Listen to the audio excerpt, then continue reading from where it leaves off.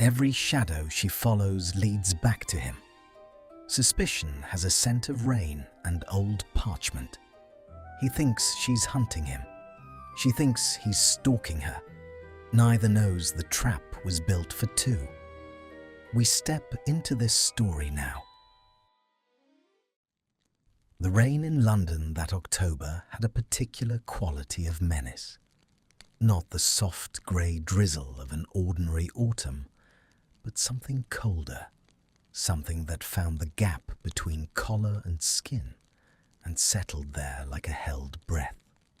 Hermione Granger pulled her coat tighter as she crossed Diagon Alley's wet cobblestones, telling herself for the 11th time that week that she was not being followed. She had counted. That was the trouble. Once she might have dismissed a single sighting as coincidence. London was full of blonde men in expensive coats, full of pale faces ducking beneath umbrellas. But 4 times in 9 days strained the laws of probability past what even her rational mind could absorb.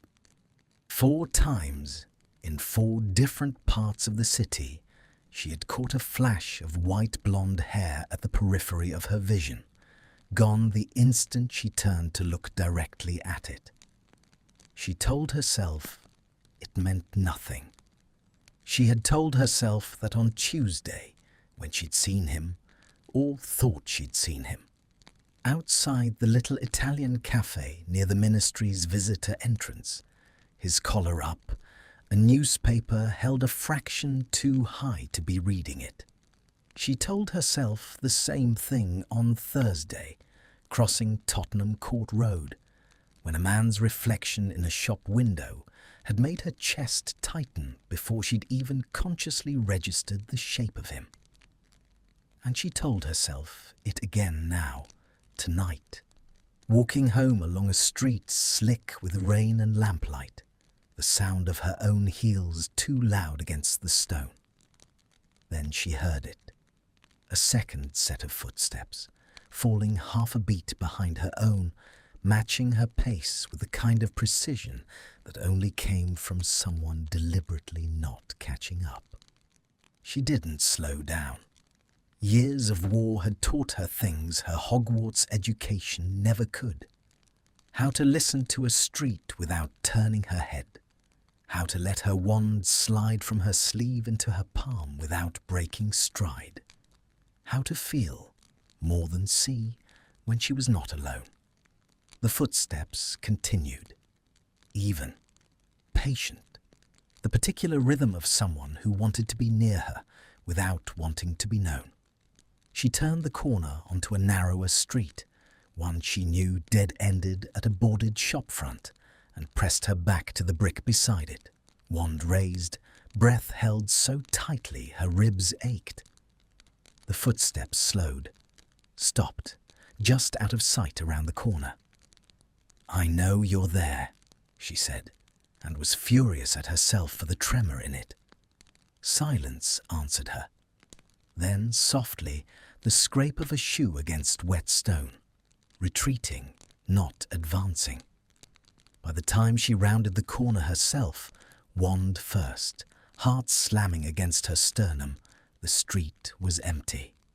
Only the rain remained, and the long, hollow echo of footsteps, already too far away to place.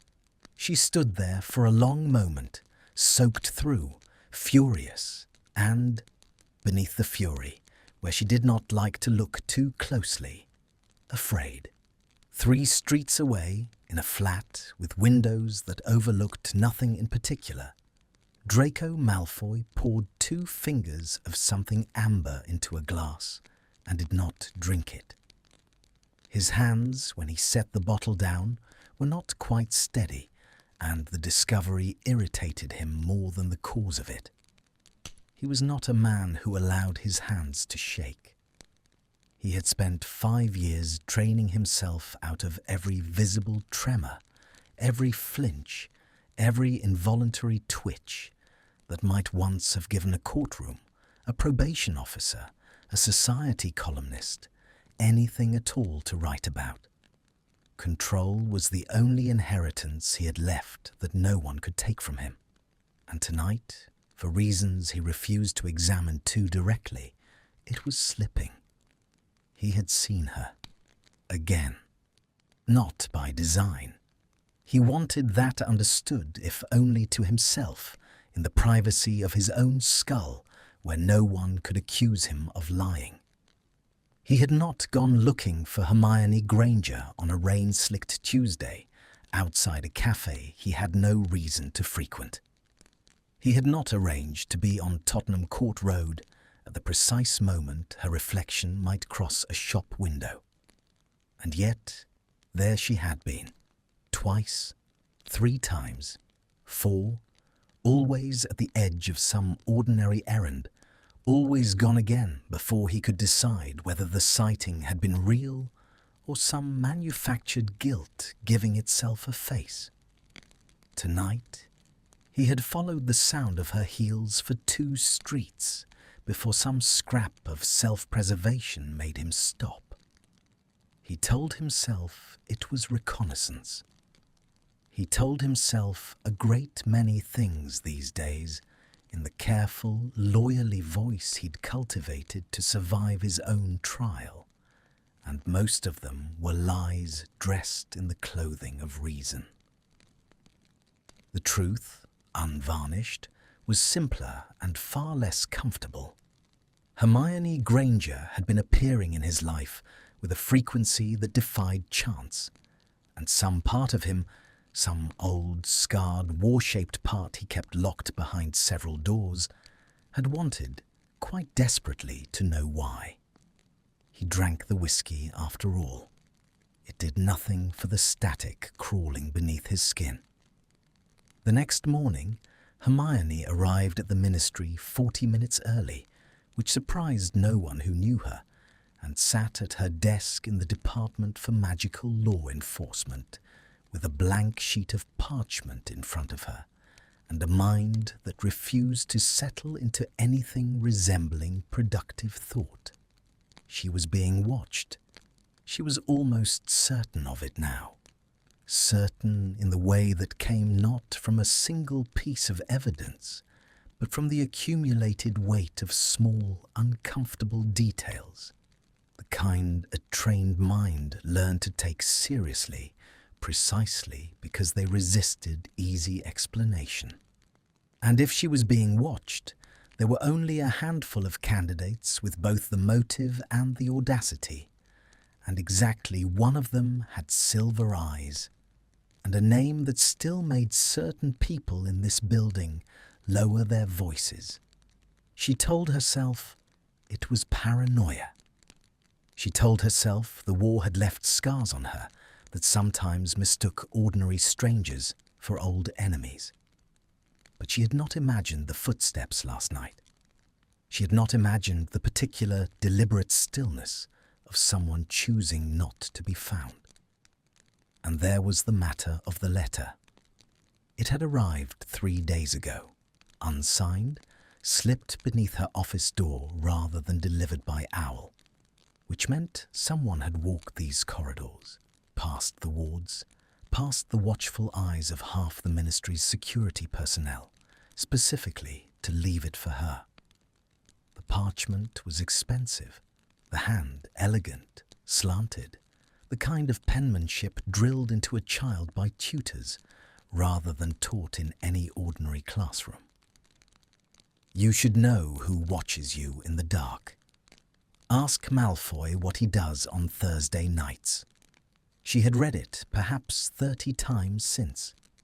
She had turned it over for hidden charms, tested it for curses, examined the ink under 3 different diagnostic spells, and found nothing but parchment and ink and a question designed with surgical precision to plant itself in her mind and refuse to leave. She did not trust anonymous accusations.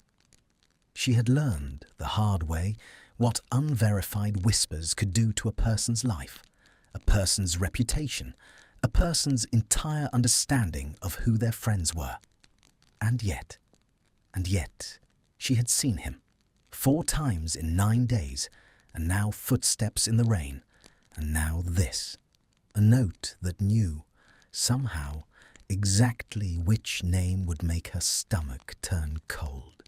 She made a decision then, the kind she would later recognize as the hinge on which the entire autumn turned.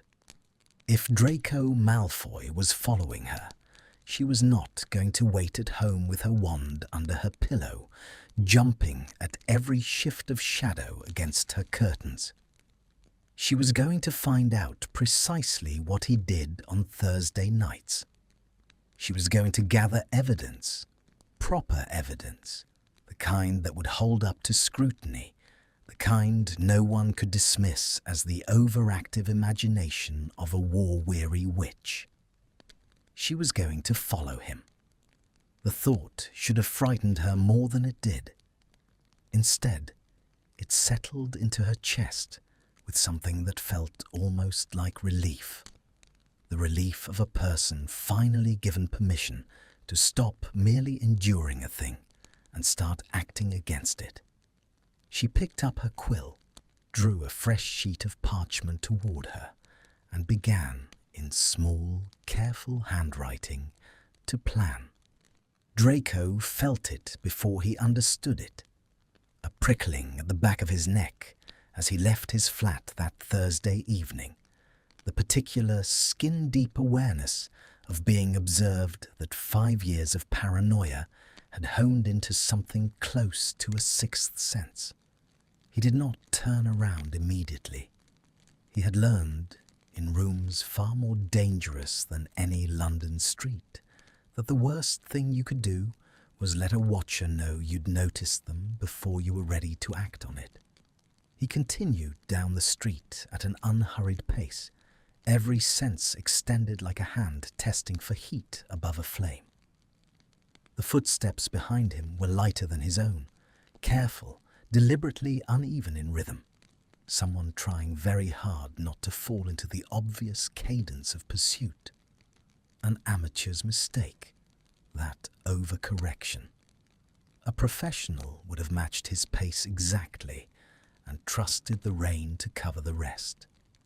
He turned into a narrow passage between 2 buildings. Not because it led anywhere useful, but because it would force whoever followed him to either commit to the chase or abandon it, and pressed himself into the shadow of a doorway, wand already loose in his fingers. The footsteps slowed, stopped, just short of the passage entrance. He recognized the silhouette that fell across the wet stone the instant before he recognized the voice, low and furious, and shaking only slightly, that came with it. "I know it's you, Malfoy. You might as well come out." Every assumption he'd built over the last 9 days inverted itself in the space of a single breath. He had spent a week and a half convinced he was the one being watched, the one being hunted by a ministry official who'd never quite forgiven him for surviving his own trial. And here she was, soaked through, wand raised, accusing him of precisely the thing he had been preparing to accuse her of. He stepped out of the shadow slowly, hands visible, the old performance of harmlessness settling over him like a coat he hadn't worn in years and hated the fit of. "Granger." His voice came out steadier than he felt, edged with the particular coldness he reserved for moments when he had absolutely no idea what was happening and refused to let it show. "I might say the same to you." The rain fell between them, indifferent, and for a long moment neither of them moved. 2 people standing in a narrow stone passage, each entirely convinced the other was the danger, and neither one yet aware that somewhere beyond the reach of the street lamp's light, a third pair of eyes was watching them both with profound and patient satisfaction. The silence that followed his words had texture, had weight, the particular density of rain-soaked air pressing between two people who had each spent a fortnight constructing the other into a villain. Hermione did not lower her wand. Draco did not move his hands from where he'd raised them, though the gesture had less to do with surrender than with the simple tactical advantage of appearing harmless while he recalculated everything he thought he knew. "You first," she said.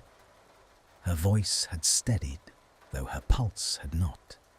She could feel it in her throat, in her fingertips where they gripped the wand a fraction too tightly. "Explain why you've been following me for over a week." "I haven't been following you." The denial came too fast, too clean, the practiced cadence of a man who had spent years learning to lie convincingly to people with the power to imprison him. He heard it himself, the smoothness of it, and something in him recoiled. "I've seen you, repeatedly, in places I had no reason to expect you. That is not the same thing as pursuit." "It's exactly the same thing, from where I'm standing." "Then we have a problem," he said, "because from where I'm standing, the same accusation applies to you. Tottenham Court Road, the cafe on Diagon, tonight." He let the silence stretch, watched the rain catch in her hair, watched her jaw tighten the way it used to when a professor gave her marks she considered unjust. "I don't enjoy being watched, Granger. I've had quite enough of it to last several lifetimes." The reference to his trial, unspoken but unmistakable, landed somewhere she hadn't braced for. She remembered with an unwelcome clarity the courtroom benches, the way the press had hunted him for months afterward, cameras finding him at the edges of every public appearance he made. She lowered her wand a fraction, not from trust, but from the sudden, inconvenient intrusion of context. "I received a letter," she said, before she could decide whether telling him was wise. "Unsigned. It told me to ask what you do on Thursday nights."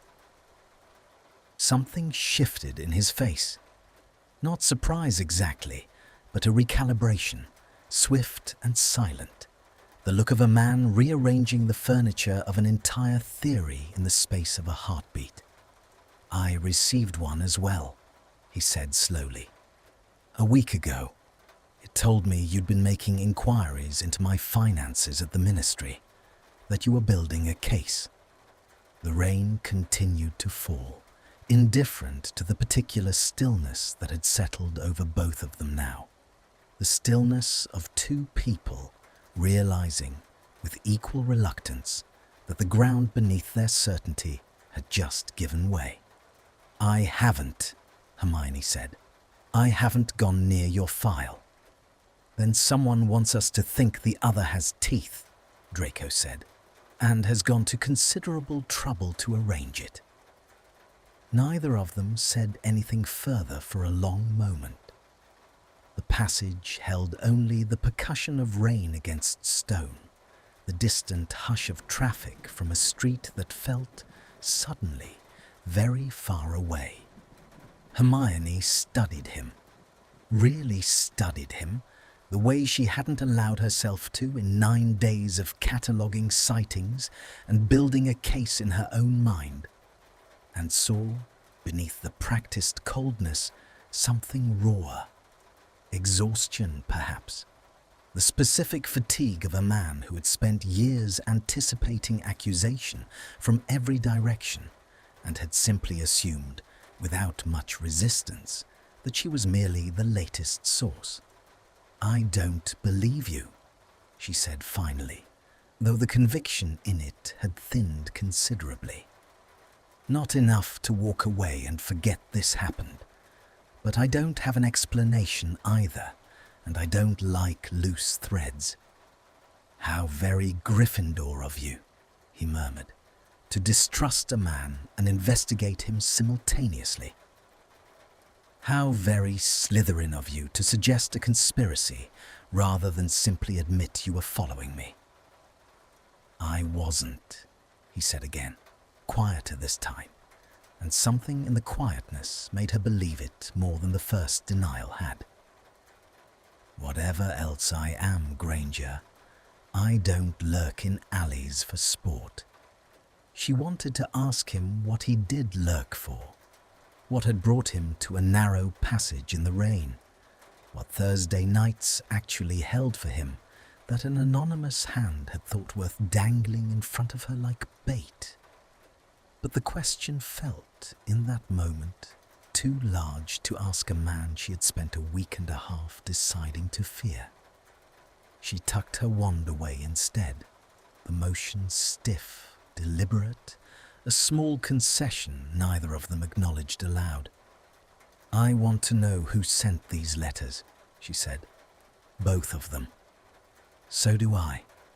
His mouth curved, not quite a smile, something thinner and more guarded. Though I suspect our methods of investigation differ rather substantially. I suspect, she said, already turning to leave, already feeling the cold seep back into the places his presence had, briefly and infuriatingly displaced. That we'll find out. She did not sleep well that night. She lay in the dark of her flat, listening to the rain soften and stop, replaying the conversation in fragments, the specific, controlled stillness of his hands when he'd raised them, the flicker of something almost vulnerable when he'd mentioned being watched, the way his voice had dropped half a register when he denied following her, as though the denial cost him something to make. She did not trust him. She told herself this with the same firmness she'd used 9 days ago, lying in this same bed, certain that the white-blonde hair at the edge of her vision belonged to a man rebuilding old loyalties in secret. But the certainty had cracked, hairline thin, and through the crack came an inconvenient question she could not quite silence. What if neither of us is the danger here? She rose before dawn, made tea she didn't drink, and pulled a fresh sheet of parchment toward her. If someone was orchestrating this, manufacturing sightings, planting letters designed to turn two wary people into open enemies, then the only sound strategy was the one she'd always trusted most. Evidence, patterns, the patient accumulation of fact until the truth had nowhere left to hide. She began, methodically, to map every sighting by date, time, location. And beside each entry, in handwriting that grew steadily less steady as the list lengthened, she wrote a single recurring question. Who benefits?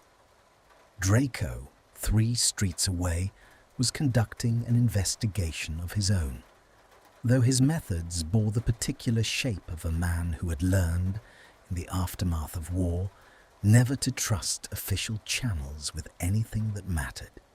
He sat at the narrow desk in his study, a room he kept deliberately spare, free of the ostentation that had once defined every space his family occupied, as though plainness might function as penance, and laid both letters side by side beneath the lamp. The handwriting did not match in any obvious way. One was a looping feminine slant, the other angular, almost martial. But paper had texture, ink had origin, and 5 years spent rebuilding a ruined name had taught him that nothing arrived by accident in a city where everyone still remembered exactly who his father had been. He ran his thumb along the edge of the parchment his letter had come on, and felt, beneath the surface, the faint telltale ridge of a watermark, the kind used by a single exclusive stationer near Nocturne Alley, the kind his mother had once favoured before circumstance forced economy upon them both. It was a start, a small one, but a start, and starts were the only currency he trusted anymore. He thought unwillingly of Hermione Granger standing in the rain with her wand raised and her chin lifted in that particular immovable way she'd had even at 18, facing down things far worse than him across a battlefield he still saw sometimes behind his eyes when sleep refused to come.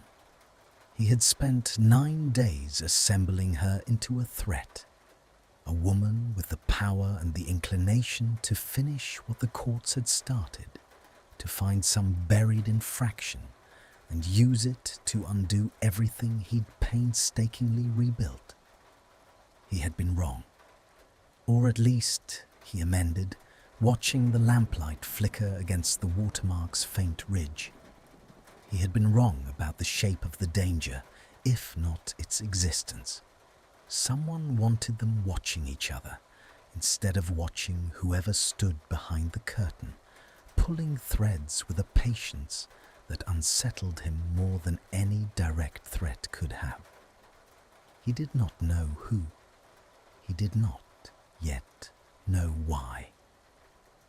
But the not knowing sat in his chest like a held breath, and he found himself, against every instinct towards solitude he'd cultivated since the trial, unwilling to face it alone. They met again 3 days later by what each of them would later insist, separately and with equal lack of conviction, was coincidence.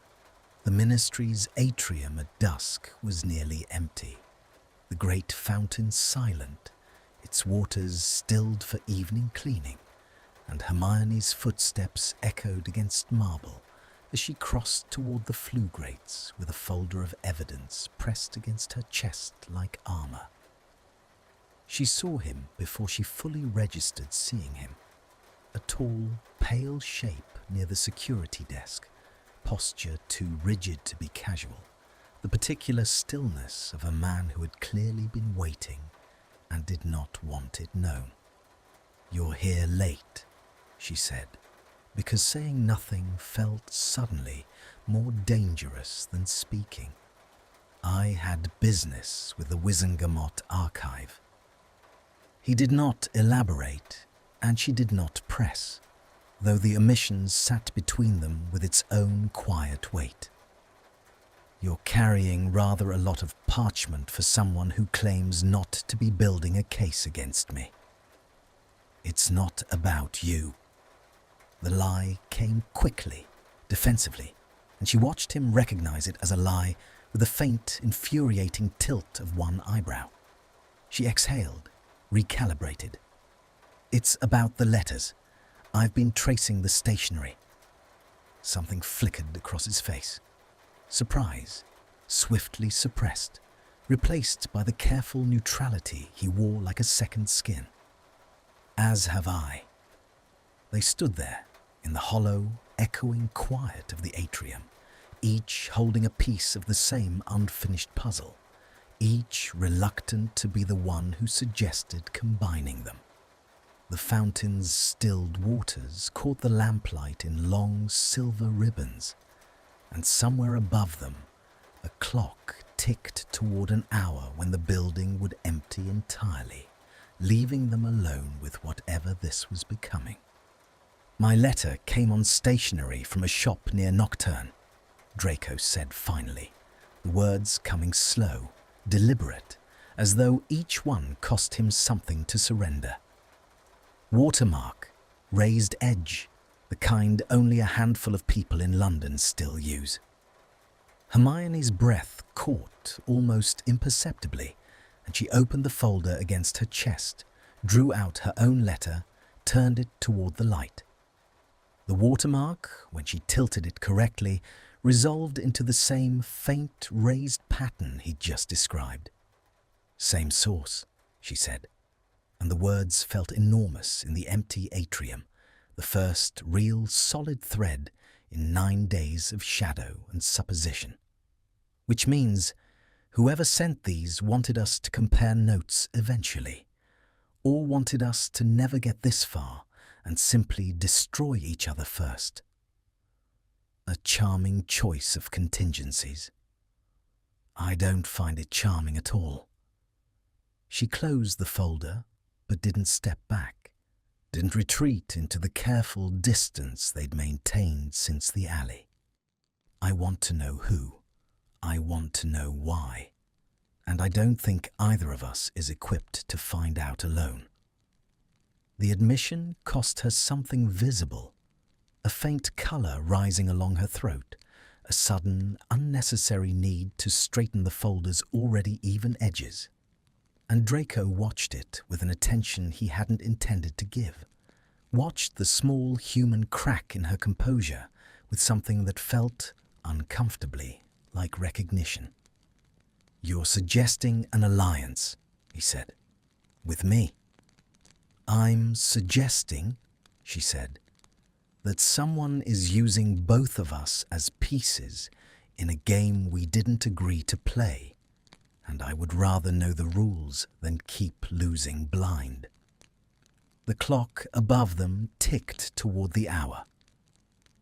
Somewhere beyond the atrium's great doors, the city continued its indifferent rhythm of rain and lamplight, and ordinary lives untouched by the careful, deliberate cruelty being orchestrated against theirs. And between them, in the stilled and silver-lit quiet, something shifted that neither of them yet had a name for, something that felt less like suspicion now than the fragile, dangerous beginning of trust. "Thursday," Draco said abruptly, as though the word had escaped before he'd finished deciding to release it. "You wanted to know what I do on Thursday nights. Come and see for yourself, if you still don't believe me. I'd rather you witness it than imagine it." The offer hung in the air between them, unexpected and faintly reckless. And Hermione felt the careful architecture of her suspicion tilt just slightly towards something far more complicated than evidence gathering. "Fine," she said, before caution could catch up with her tongue. Thursday.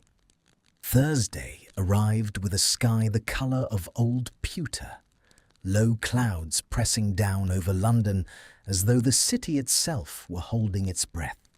Hermione spent the day unable to settle into any task that required her full attention, her mind circling back again and again to the strange, unfinished shape of the invitation Draco had extended in the atrium. "Come and see for yourself." She had turned the phrase over so many times it had begun to lose meaning, the way any word repeated too long dissolved into pure sound. She told herself she was going for the evidence. She told herself this while choosing, with more care than the occasion strictly warranted, a coat that did not look as though she dressed for anything in particular. She told herself this while checking, twice, that her wand sat secure and accessible in her sleeve. She told herself this all the way to the address he'd given her. A narrow building in a quiet part of the city, unremarkable from the outside. The kind of place a man chose specifically because it asked nothing of him and offered nothing back. He opened the door before she'd finished knocking, as though he'd been standing just behind it, waiting with an impatience he was working visibly hard to disguise. "You came," he said, and something in his voice carried a note she hadn't expected. Not triumph, not the smug satisfaction of a man proven right, but something closer to relief, swiftly buried beneath his usual composure. "I said I would." People say a great many things they don't intend to honor. He stepped back, allowing her into a narrow hallway lit by a single charmed sconce, the light falling gold and unsteady across walls bare of any ornament. Particularly where I'm concerned. She followed him through to a small sitting room, plain in a way that surprised her. She had expected, despite herself, some lingering trace of Malfoy excess, dark wood and serpentine silver, the aesthetic vocabulary of a family that had once measured worth in ostentation. Instead, she found a room stripped down to function. 2 chairs, a low table, shelves of books organized with an order that spoke of long, solitary hours. The plainness told her something he hadn't said aloud, something about penance worn so quietly it had become simply the architecture of a life. "This is what you do on Thursdays," she said, glancing toward the table, where a stack of parchment sat beside several sealed envelopes, addressed in a hand she recognized, with a small jolt, as belonging to St. Mungo's. Correspondence. Among other things. He moved past her, gathered the envelopes with a brisk economy that didn't invite questions, though she asked one anyway. What other things? He paused, his back to her, and for a long moment she thought he wouldn't answer. When he finally turned, his expression had settled into something careful, deliberately flattened, the look of a man choosing his words with the precision of someone diffusing a curse. "I volunteer," he said. "At the hospital, splinching cases mostly, people who came back from the war with pieces of themselves still scattered. It isn't glamorous. It isn't redemption, if that's the word you're reaching for. It's simply something I do on Thursdays that doesn't involve anyone watching me for signs of relapse." The admission landed with more weight than its plain delivery suggested it should carry. Hermione found herself, unexpectedly, without a ready response. Every assumption she'd built about his Thursday nights, every dark possibility she'd allowed herself to imagine in the privacy of her own paranoid hours, dissolving against the quiet, unglamorous truth of it. "I didn't expect that," she admitted. "No one does. That's rather the point." He set the envelopes down, and something in his posture eased, fractionally, as though the confession had cost him a held breath he could finally release.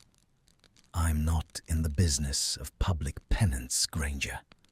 I find the performance of it distasteful, but I imagine you'd prefer your evidence to your assumptions, so there it is. Make of it what you will." She studied him in the gold, unsteady light and found herself reconstructing, slowly, reluctantly, like a hand testing the strength of ice before trusting it with full weight. The man standing in front of her, against the one she'd spent 9 days assembling out of shadow and suspicion. They did not match. The discrepancy unsettled her more than the original fear had. "I owe you an apology," she said finally, "for assuming the worst. You owed it to circumstance, not to virtue. I'd have assumed the same of you, given the history between us." He gestured toward the chairs, an offer rather than a command, and she found herself accepting it, settling into a seat that smelled faintly of old parchment and something warmer beneath it. Wood smoke, perhaps, or simply the particular scent of a room someone actually inhabited rather than merely occupied. Which brings us back to the more pressing matter. I've made some progress on the stationer. He retrieved a folder from the shelf, considerably thinner than her own, but no less precise in its contents, and laid it open on the low table between them. The shop closed 18 months ago, but the owner kept records, sold them to a collector before she left the trade. I tracked the collector. He remembers the order. Custom stationery, commissioned 8 months ago, paid for in cash, no name given. That's not nothing. Hermione leaned forward, the formality of the evening's beginning already dissolving into something more familiar, more comfortable. The shared rhythm of two minds built for the patient assembly of fact. Did he keep a description? Vague. A woman, middle-aged, well-dressed, nothing that narrows the field meaningfully. He paused, and something in his expression sharpened, turned inward, calculating. But the order specified a particular ink, self-renewing, the kind that doesn't fade, doesn't smudge, doesn't respond to ordinary diagnostic charms. That ink isn't sold commercially, it's brewed by someone with formal training. Hermione's mind was already moving, cataloguing, cross-referencing against the long architecture of her own research. A potioneer, or someone who trained as one. That narrows the field considerably more than a vague description does. My thoughts precisely. He looked at her then, something almost like approval in the line of his mouth, and she felt the small, unwelcome warmth of being seen, properly seen, her competence recognized rather than merely tolerated, settled somewhere beneath her ribs. They worked for nearly 2 hours after that, the conversation falling into a rhythm neither of them had quite anticipated. Papers spread across the low table, theories offered and dismantled, and rebuilt with the particular electric satisfaction of two sharp minds finally pointed at the same problem instead of at each other. She noticed things she hadn't let herself notice before. The way his hands moved when he made a point, precise and economical, nothing wasted.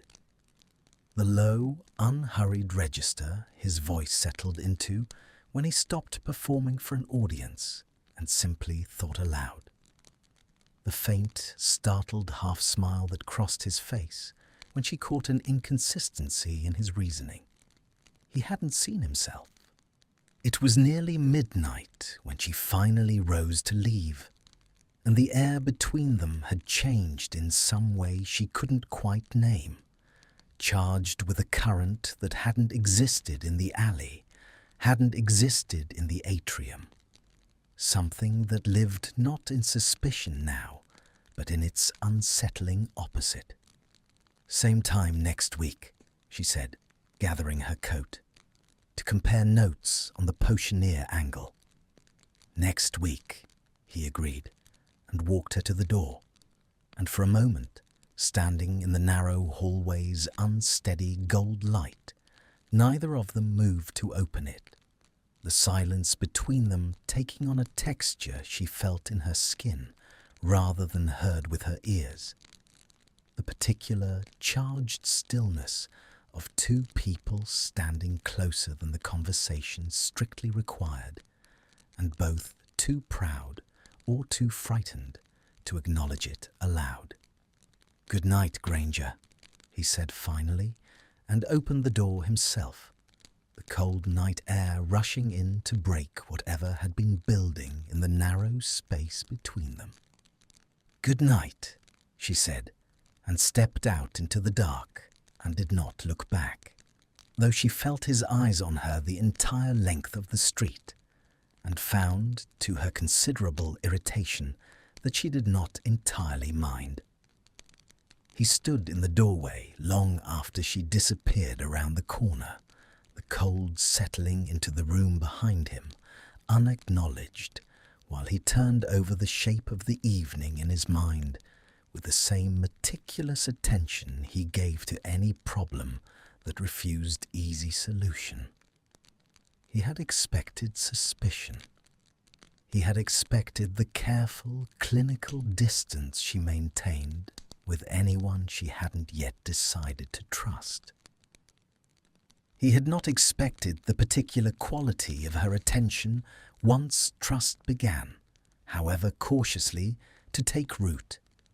The sharpness of her questions, the quickness with which she'd matched his reasoning and occasionally outpaced it, the small, unguarded laugh she'd allowed herself once, quickly suppressed, when he'd made some dry observation about the collector's evident love of gossip.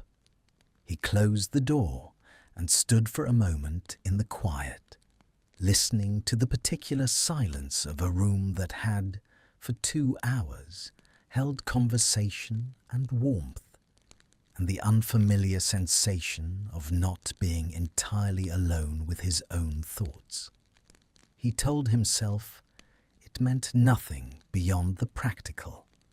He told himself this while gathering the scattered parchment from the low table, while extinguishing the lamp, while lying awake considerably longer than the evening's modest exertions warranted, turning over, again and again, the memory of her voice falling into that low, focused register she reserved, he suspected, for very few people and very few problems.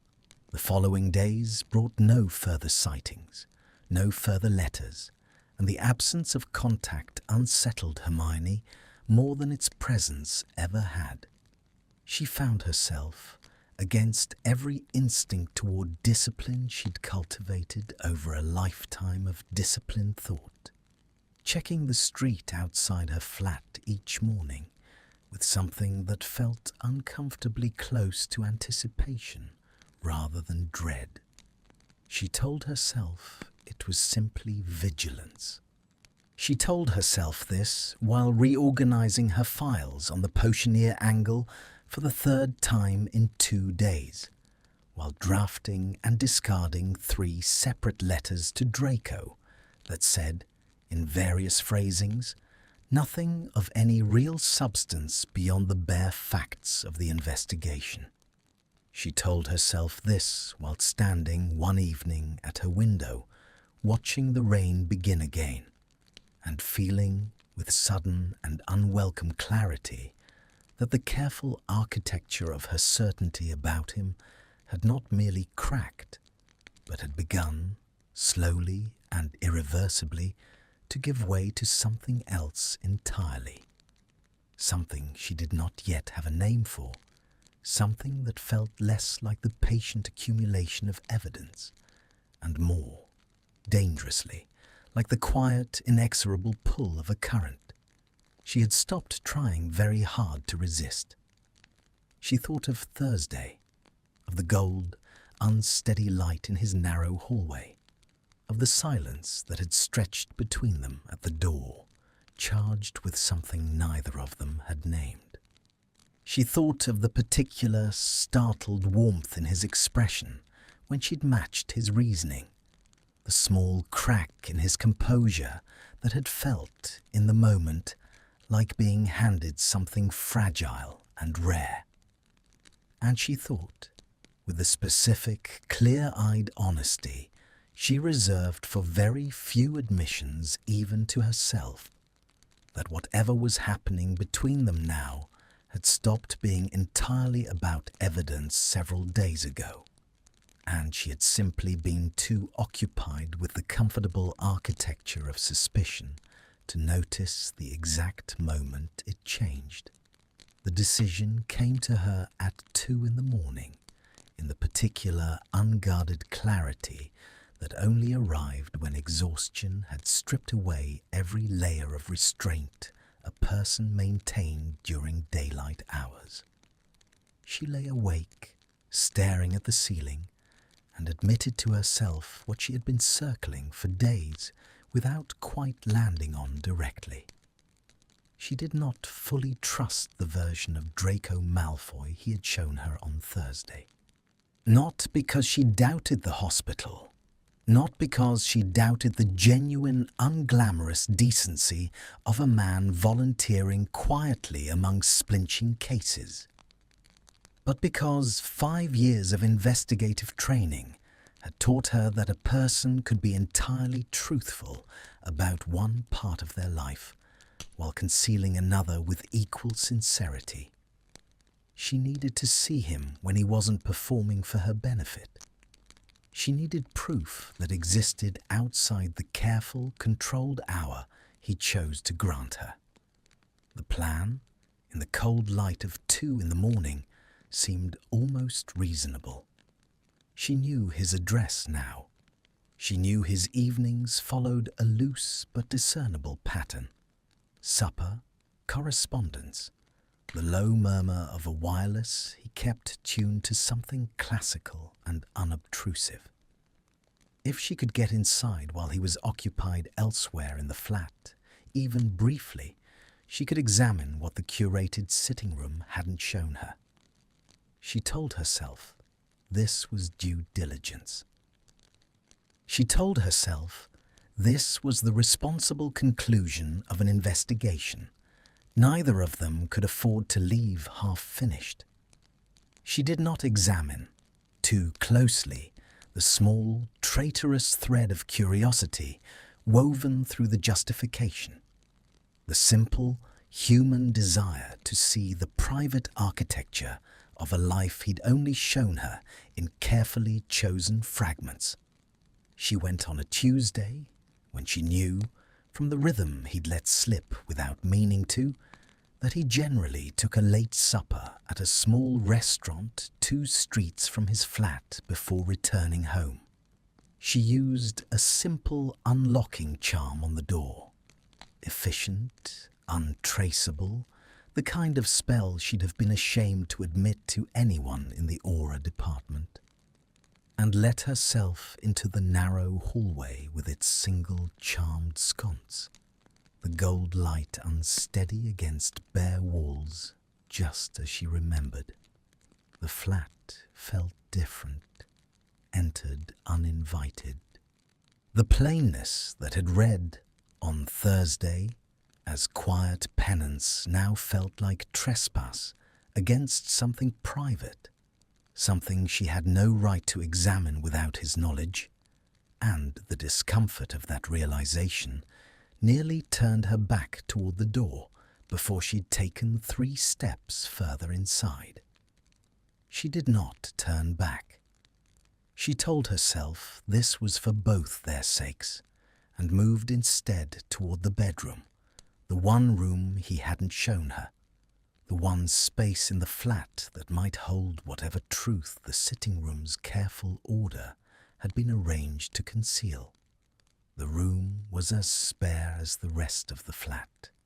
A narrow bed, a wardrobe, a small writing desk beneath the window, everything arranged with the same economical precision that seemed to govern his entire existence. She had perhaps 10 minutes, she calculated, before he finished his supper and began the walk home. She moved quickly, searching the desk drawers with careful, practiced hands, finding nothing more incriminating than correspondence from St. Mungo's, receipts, a single photograph of his mother that she set back exactly as she'd found it, an unexpected tightness rising in her throat at the tenderness with which it had clearly been handled. She heard the front door. The sound arrived too early, too sudden, shattering her careful calculation of time, and her entire body went still with the particular electric paralysis of someone caught between the impulse to flee and the certainty that flight would only confirm her presence. Footsteps in the hallway, unhurried, familiar with the space, moving toward the bedroom with the easy, unthinking rhythm of a man returning to his own territory. She had perhaps 3 seconds to decide, and her body decided before her mind had finished assembling the options, dropping low and sliding beneath the narrow bed with a swiftness that left dust catching in her throat, and her heart slamming so hard against her ribs, she was certain, in that first terrified instant, that he would hear it from the doorway. The bedroom door opened. She watched his shoes cross the floorboards, unhurried, the particular weariness in the gait of a man who'd spent the evening in his own company and expected nothing further of the night but quiet. He moved to the wardrobe, and she heard the soft sound of a jacket being removed, hung, the small domestic noises of a man undressing for bed, with no awareness whatsoever that he was not alone. She lay rigid in the narrow dark beneath the bed, the floorboards cold and unyielding beneath her, the air thick with dust, and the particular intimate scent of a space that belonged entirely to him. Cedar, parchment, something faintly herbal she couldn't place, a smell that felt, absurdly, like trespass in itself. She breathed as shallowly as she could manage, every muscle locked against the smallest betraying movement, and watched his shoes move closer, closer, until they stopped directly beside the bed, close enough that she could see the fine weave of his trouser cuff, close enough that a single careless glance downward would end whatever remained of her credibility forever. The mattress shifted above her, the frame creaking faintly as he sat, and she felt the absurd, vertiginous proximity of his weight, settling mere inches from where she lay frozen in the dark, separated from him by nothing more substantial than a few feet of cold floor and the thin barrier of the bed frame itself. He sighed, a low, unguarded sound, the kind a person allowed themselves only when entirely certain of their solitude. And she heard, with a clarity that made her chest ache in some complicated way she didn't have time to examine, the particular weariness in it, the sound of a man setting down for a moment, whatever careful composure he carried through the rest of his days. "Granger," he said suddenly into the silence, and her heart stopped entirely. For one long, suspended moment, she was certain she'd been discovered, that the dust in her throat or the held shape of her breathing had betrayed her, and she braced for the mattress above her to shift, for his face to appear in the dark gap beneath the bed frame, for the humiliating unraveling of every careful justification she'd built for being here at all. But he didn't move toward her. His voice continued, low, almost contemplative, clearly addressed to no one but himself, the particular unguarded murmur of a man thinking aloud in what he believed was complete privacy. "What are you doing to me?" he said quietly, and the words landed in the dark with a weight she felt physically, a pressure against her sternum that had nothing to do with the cramped, dust-thick space she was hiding in. 9 years of perfectly adequate hatred, and you undo it in a fortnight. The silence that followed swallowed everything. Her breath, her pulse, the small traitorous warmth blooming somewhere beneath her ribs that she had no business feeling while crouched in hiding beneath the bed of a man she was, ostensibly, still investigating. She lay rigid in the dark, listening to him breathe above her, listening to the particular private confession he had no idea was being overheard, and felt the entire architecture of her certainty about this evening's purpose collapse into something far more complicated than evidence gathering had ever accounted for. He rose again after a long moment, the mattress creaking as his weight lifted, and she heard him cross to the window, the soft scrape of curtains being drawn against the night.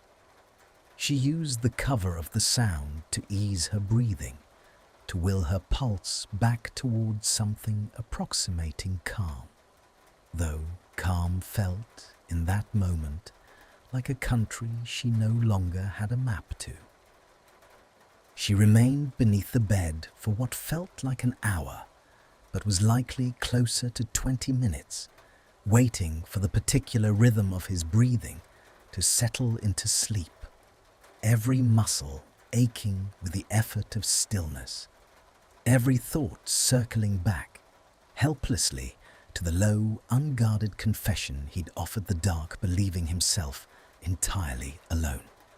"You undo it in a fortnight." She turned the words over and over, examining them from every angle her mind could construct, and found, beneath the examination, an answering tremor in her own chest that she could no longer pretend was simply professional curiosity. When his breathing finally evened into the slow, deep rhythm of genuine sleep, she eased herself from beneath the bed with agonizing care. Every shift of her weight a held breath, every creak of the floorboards, a small catastrophe narrowly averted. She rose to her feet in the dark, dust clinging to her coat, her hair, and stood for one long, unwise moment, simply looking at him, at the unguarded line of his shoulders in sleep, at the face that held none of its daytime vigilance, softened into something almost young, almost unbearably human. She had come for evidence of danger. She left instead with a confession she had no right to have heard, carried out into the cold night air like something stolen, something she would turn over in her hands for days afterward, unable to decide whether she had trespassed against him or against the last remaining wall of her own careful, deliberate resistance. The street outside was empty, the rain holding off for once, and she walked home through the dark with her pulse refusing to settle, the dust of his floorboard still clinging faintly to her coat, and the low, unguarded sound of his voice still moving through her chest like something she had no defense against, and, increasingly, no real desire to build one. She did not sleep that night, and by the time grey light crept through her curtains, she had reached a conclusion that sat in her chest like a stone she couldn't quite swallow. She would have to tell him. Not the whole truth, perhaps. Not the precise, mortifying detail of having crouched beneath his bed for the better part of an hour, dust gathering in her lungs while he undressed for sleep 3 feet above her. But enough. Enough to discharge the weight of having taken something from him without consent, even if that something was only a sentence murmured into what he believed was solitude. She arrived at his flat the following evening with the excuse of the Potioneer investigation folded carefully over whatever else she meant to say, and found him already standing in the doorway before she'd raised her hand to knock, his expression carrying none of the warmth Thursday had built between them. "You'll want to come in," he said, and something in his voice, flat, deliberately controlled, told her with a sick lurch of certainty that the conversation she'd spent all night rehearsing had already been overtaken by events she hadn't anticipated. She followed him into the sitting room and saw, laid out on the low table where 2 evenings ago they had spread their evidence in companionable rhythm, a single object that turned her blood to ice. A hair clip, plain, unremarkable, except that she recognized it instantly as her own. Lost, she now understood, somewhere beneath his bed the previous night. "I found it this morning," he said, when I moved the bed to retrieve a book that had fallen behind it. I'd like you to explain how a hair clip belonging to you came to be on my bedroom floor, Granger, given that you have never, to my knowledge, been in my bedroom. The silence that followed had a different texture than any that had passed between them before. Not the charged, uncertain stillness of two people circling toward trust, but something harder, colder, edged with the particular betrayal of a man who had, against every defense he'd built over years of public scrutiny, allowed himself to believe in something and watched it collapse in the space of a single discovered object.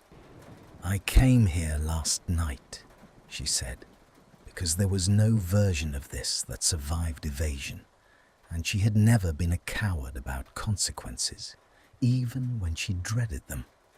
I let myself in while you were at supper. I wanted to see the rest of the flat, the parts you hadn't shown me. You broke into my home. I used an unlocking charm. I didn't damage anything. I didn't take anything. You searched my bedroom. His voice had gone very quiet, very precise, the particular stillness she now recognized as the visible architecture of a man holding something dangerous behind his teeth. While I was out, and then, evidently, you remained in it after I returned, given the location in which I discovered your property. I panicked. The admission tasted like ash. I heard the door. I didn't have time to leave. I hid beneath the bed, and I meant to wait until you'd fallen asleep and let myself out without you ever knowing. How thoughtful. The words cut deliberately, precisely, each one honed to land exactly where it would do the most damage. You hid beneath my bed while I undressed, while I slept. And you intended what? To simply vanish into the night, having confirmed whatever suspicion brought you here, leaving me none the wiser that I'd been under surveillance in my own bedroom. It wasn't like that. Then explain to me precisely what it was like, because from where I'm standing, it bears a remarkable resemblance to exactly the kind of violation I spent the last 5 years rebuilding my entire life, specifically to avoid ever experiencing again. His hands had curled at his sides, the knuckles whitening with a tension he made no effort to disguise, and Hermione watched the careful, composed man she'd spent 2 evenings learning to trust give way to something rawer, something that had clearly been waiting, coiled beneath the surface since the moment he'd found the clip. Do you have any conception, Granger, of what it costs a man with my history to be watched? To wonder, every time someone studies him a fraction too long, whether they're cataloguing evidence for a tribunal that hasn't happened yet, but might, someday, if the wrong person decides the war isn't sufficiently finished. I let you into this flat. I told you things I haven't told anyone. Not my mother, not the mind healer the ministry insisted I see twice monthly for the first 2 years of probation. And you repaid that by crawling beneath my bed like I was a suspect in a case file. You're not wrong to be angry. Her voice shook, but she didn't retreat from it, didn't allow herself the easy comfort of defensiveness, even as every instinct screamed toward it. I was wrong to come here. I was wrong to search your home without your knowledge, and I am not going to pretend otherwise to make either of us feel better about it. But I need you to understand why. I don't particularly care why. But even as he said it, something in his expression contradicted the words. a flicker of something that wasn't quite anger, something closer to exhaustion, to the particular grief of a man discovering, yet again, that trust extended was trust that could still be weaponized against him. I have spent years, Granger, learning which rooms are safe to be unguarded in. I had begun to believe this one was. You've rather efficiently disabused me of that. The accusation landed harder than anything he'd said yet, because it carried no anger in it at all. Only the flat, weary disappointment of someone recalibrating in real time exactly how much of himself he could afford to risk again.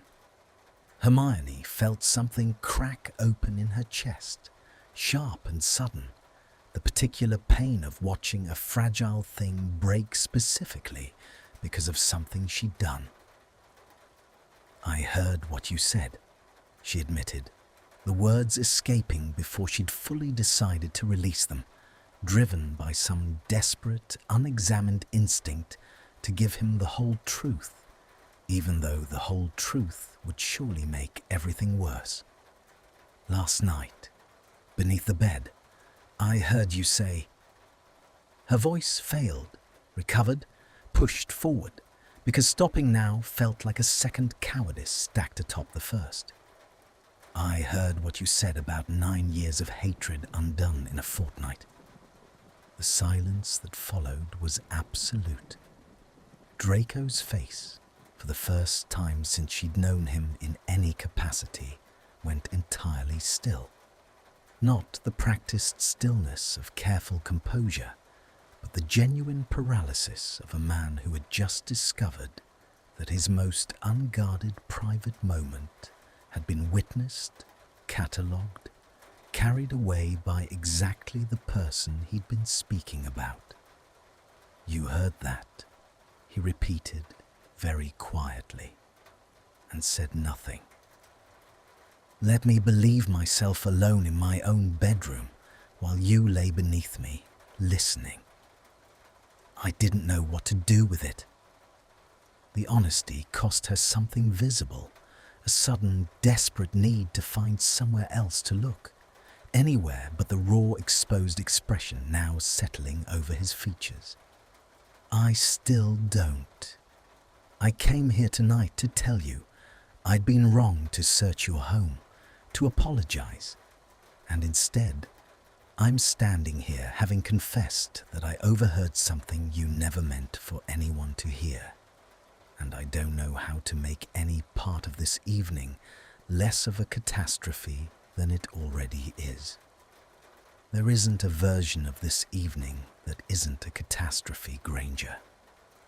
But something in his voice had shifted, the hard edge thinning into something more exposed, more uncertain. "You know now what I said, what it meant, presumably, since you're not a woman who requires things spelled out for her. So I find myself in the singularly uncomfortable position of having nothing left to protect, because you've already taken the one thing I hadn't intended to give you. I didn't take it to use against you. Then what, precisely, did you intend to do with it?" His voice had dropped, the anger burning down into something quieter and far more dangerous. The particular vulnerability of a man who had run out of defenses and was simply, finally, asking. "Because I have spent the better part of a day deciding whether to never speak to you again, and the better part of tonight failing to manage it. And I would very much like to know whether that failure has any point to it at all." The question hung between them, stripped of every careful evasion either of them had relied on across 2 weeks of suspicion and slow, reluctant thaw. And Hermione understood, with a clarity that arrived like cold water, that there was no answer available to her now except the truth, the whole of it, unguarded, exactly as costly to surrender as the one he'd already given her without meaning to. "I don't know what to do with it either," she said, "except that I don't want to leave this flat without saying that I heard you, and that some part of me has been turning the words over for an entire day because I don't think I disagree with them. 9 years of something that was never quite hatred, not really, not on my end, and I don't know what to call what's replaced it. But it isn't nothing, Malfoy, and I am tired of pretending it is."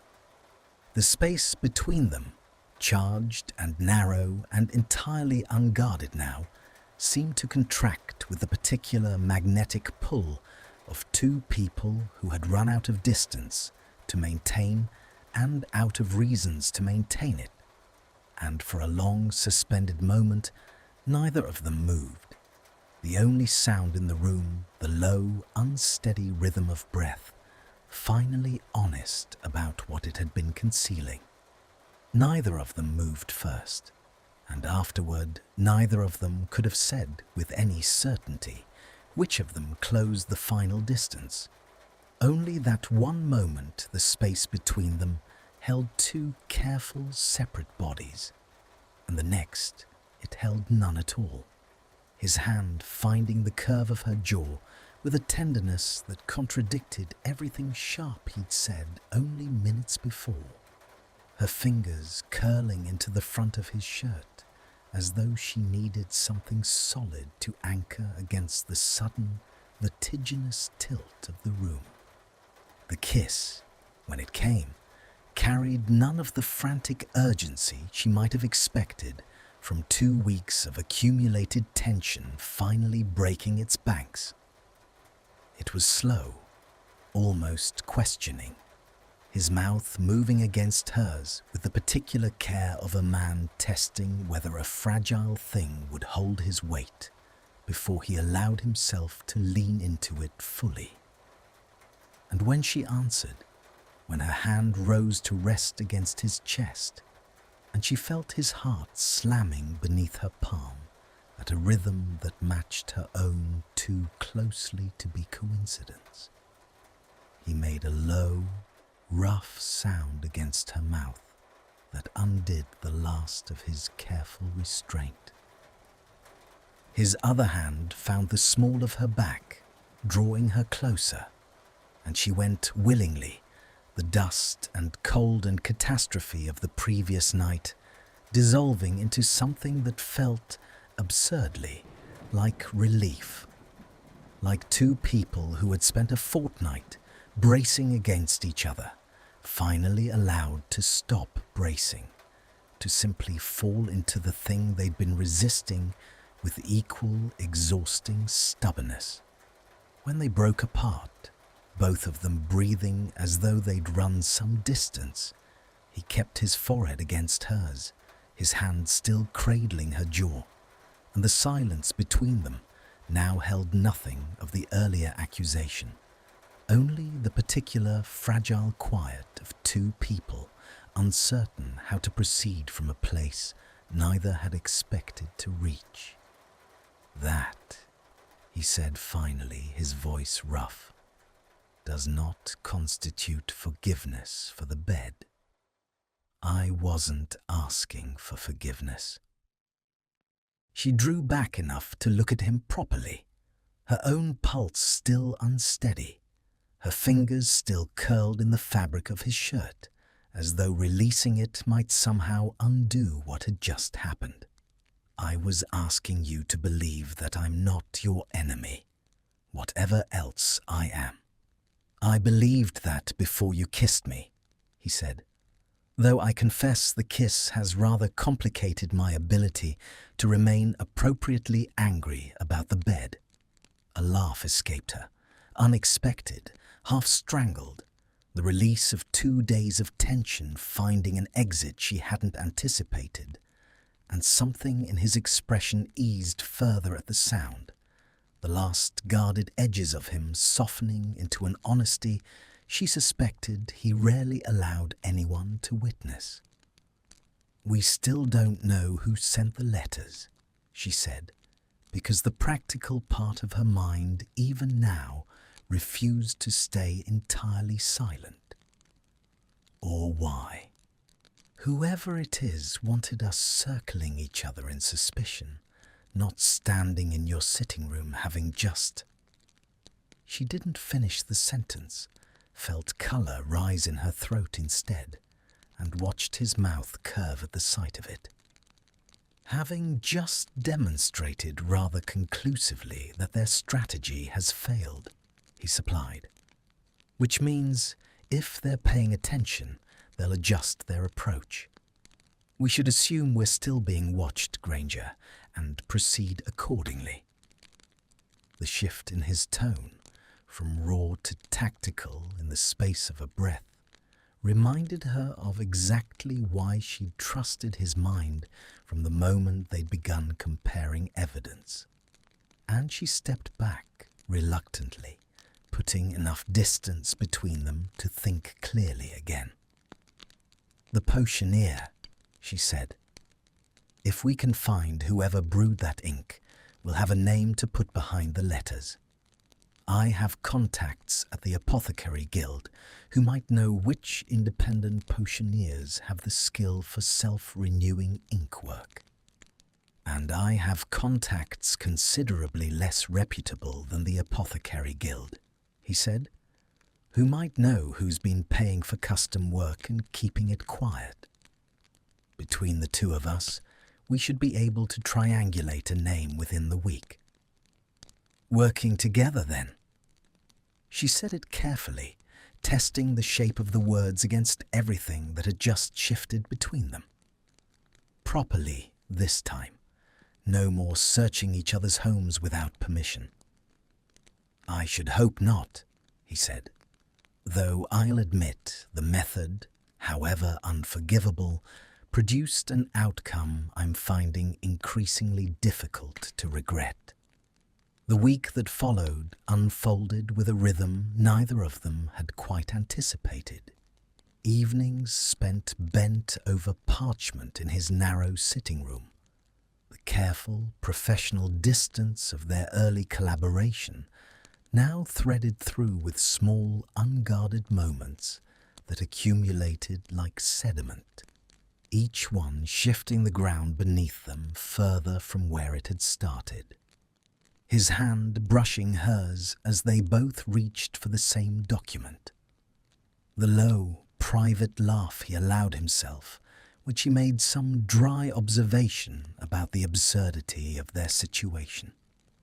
The evening she fell asleep in his armchair, exhausted from a double shift at the ministry, and woke past midnight to find a blanket drawn over her and him sitting across the room, watching her with an expression he hadn't yet learned to guard against her. Hermione's contacts at the Apothecary Guild yielded a name within 4 days. A potioneer named Augusta Selwyn, retired from formal practice, but known in certain circles for taking private commissions of exactly the specialized variety the letters required. Draco's considerably less reputable contacts confirmed it within a day more. Selwyn had been paid 8 months prior by an intermediary whose description, middle-aged, well-dressed, deliberately unmemorable, matched precisely the collector's account of the woman who'd commissioned the stationery. "An intermediary," Hermione said, studying the notes spread across the low table between them. "Means someone with resources and a desire not to be directly connected. Someone who can afford to pay for discretion at every link in the chain. Someone with a grudge old enough to have planned this carefully," Draco added, "and recent enough to still feel its weight. The letters didn't simply want us suspicious of each other. They wanted us specifically suspicious. You of me, in the particular way that would draw on the old narrative everyone already believes about my family. and me of you, in the way most likely to make me retreat into exactly the isolation I spent 5 years trying to climb out of. Someone who knows us both, Hermione said slowly, the realization settling over her with an unpleasant weight. Not just by reputation, someone who understands precisely which fears would land hardest for each of us. The implications sat between them, unwelcome and cold, and Draco's expression sharpened into the particular focused stillness she'd come to recognize as the visible architecture of a mind working through every uncomfortable possibility at once. "There's a shorter list of people who knew us both during the war," he said, "and an even shorter list who'd have both the resources and the motive to spend this much careful effort destabilizing us specifically, rather than simply attacking either of us outright. Someone who lost something," Hermione said, "or believes they did. Someone who blames us, both of us, together or separately, for whatever they lost." Draco was quiet for a long moment, his jaw tight, and when he finally spoke, his voice carried a weight she hadn't heard in it before, the particular gravity of a man circling toward a name he didn't want to say aloud. "I can think of several candidates," he said.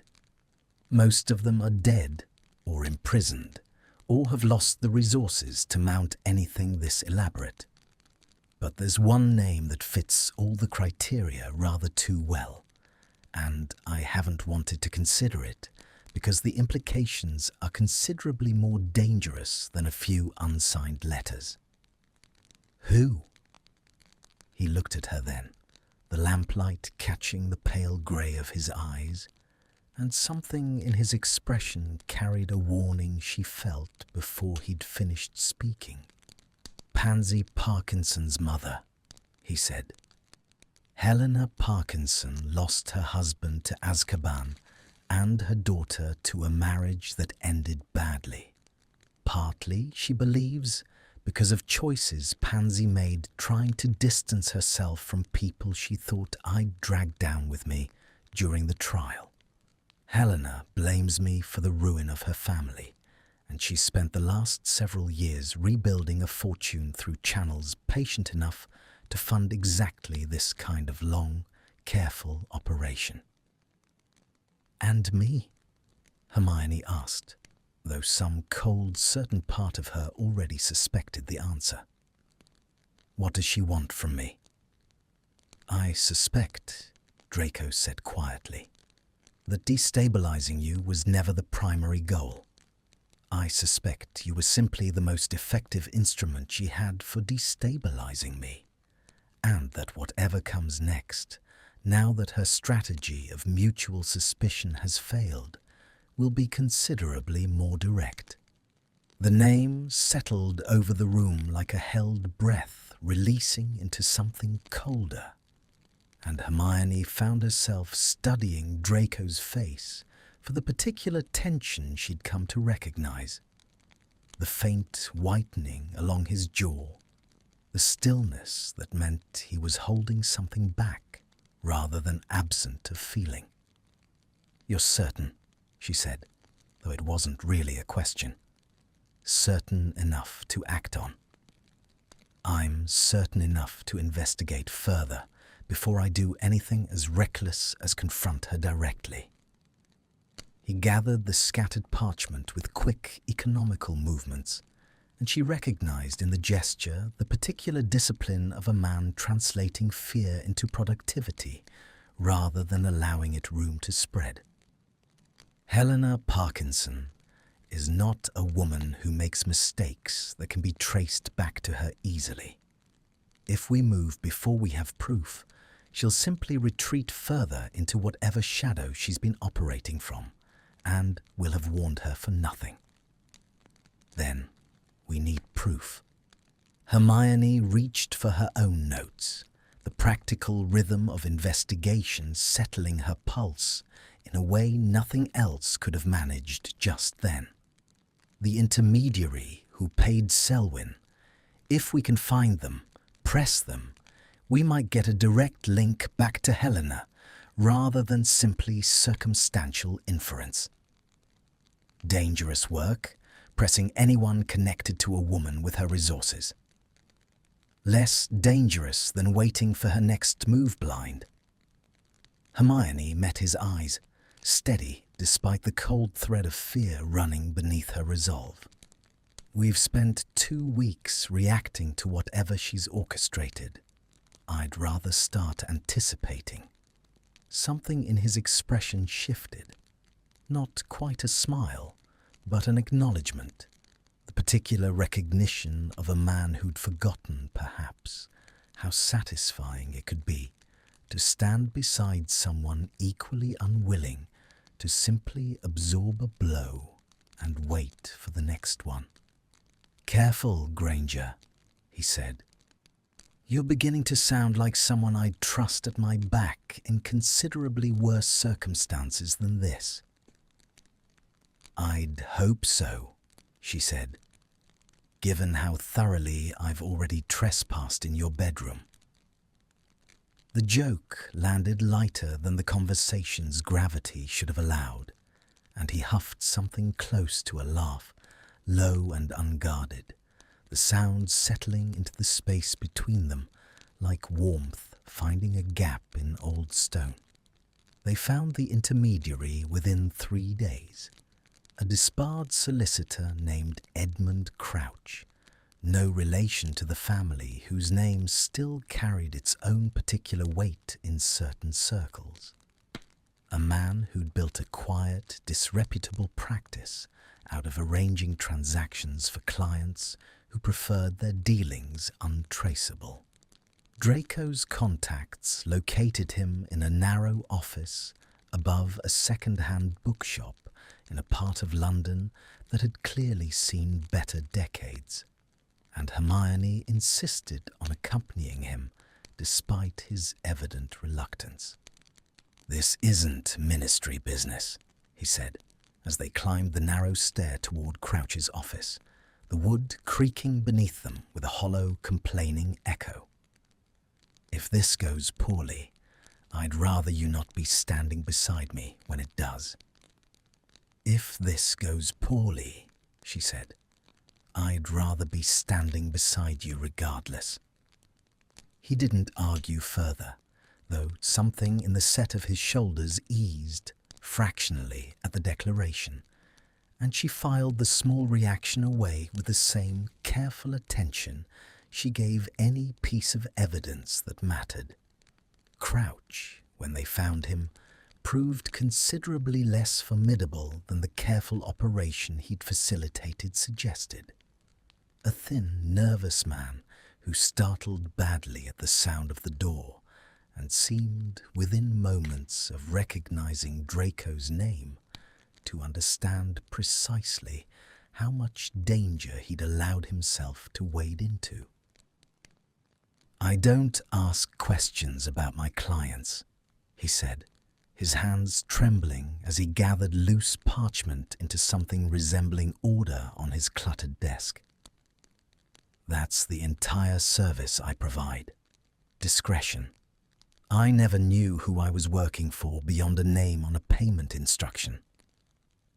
"What name?" Hermione asked, her voice carrying the particular calm authority she'd cultivated across years of ministry interrogations, the tone that promised patience right up until the moment it didn't. Crouch's eyes flicked between them, weighing, calculating, and Draco leaned forward slightly, his voice dropping into something quiet and edged that made the solicitor's nervous trembling worsen considerably. "The name, Crouch. I haven't the patience tonight to ask twice." "Helena Parkinson." The name emerged in a rush, as though saying it quickly might somehow reduce its weight. "She's paid me for 3 separate commissions over the past year. The stationary order was the second. I don't know what the third was for. She handled that one herself, through a different channel, something I wasn't trusted with the details of.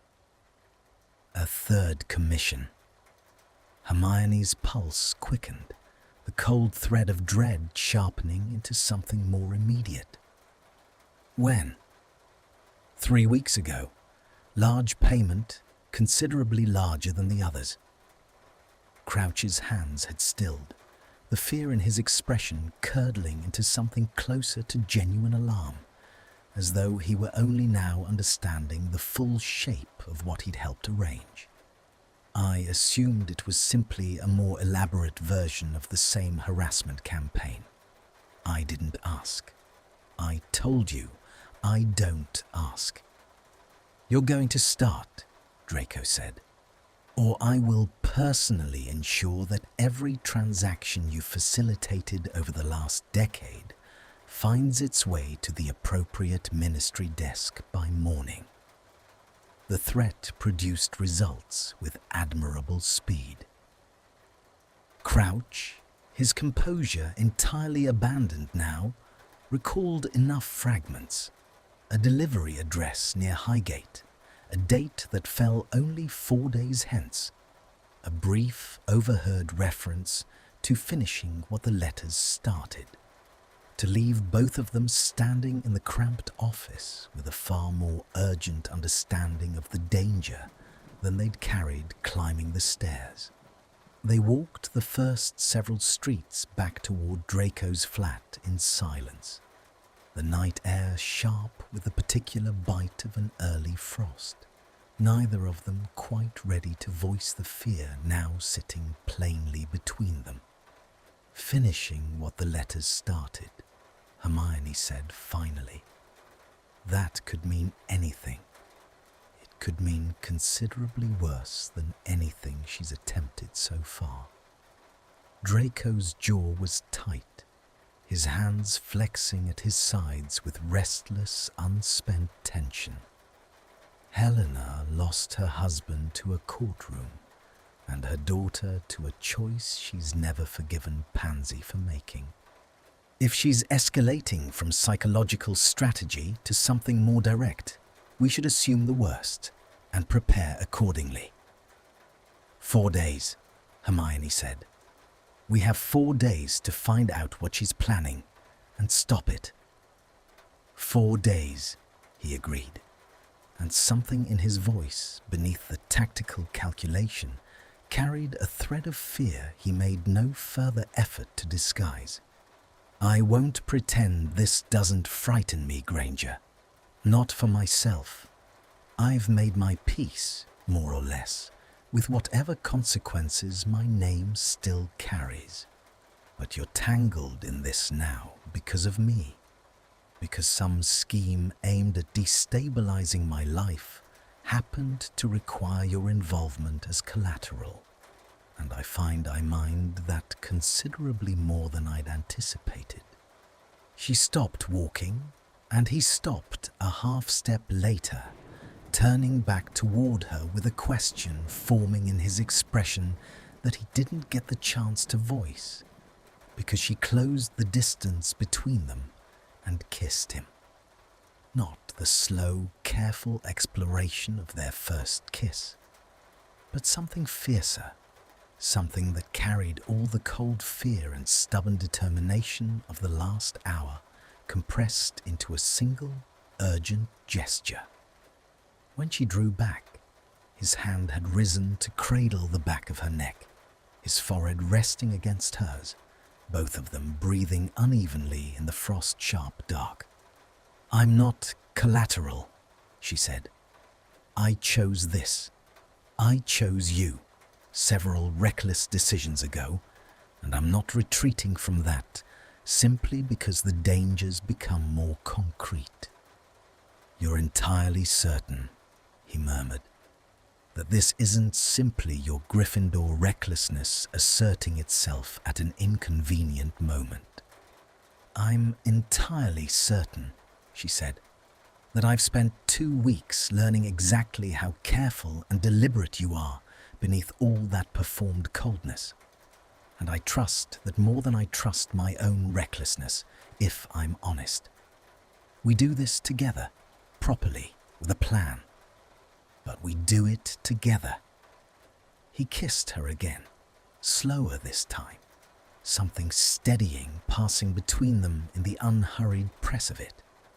And when they finally separated and continued walking through the frost-bright dark toward his flat, neither of them spoke of fear again that night, though it walked beside them regardless, patient and certain as the 4 days now counting down toward whatever Helena Parkinson intended to finish.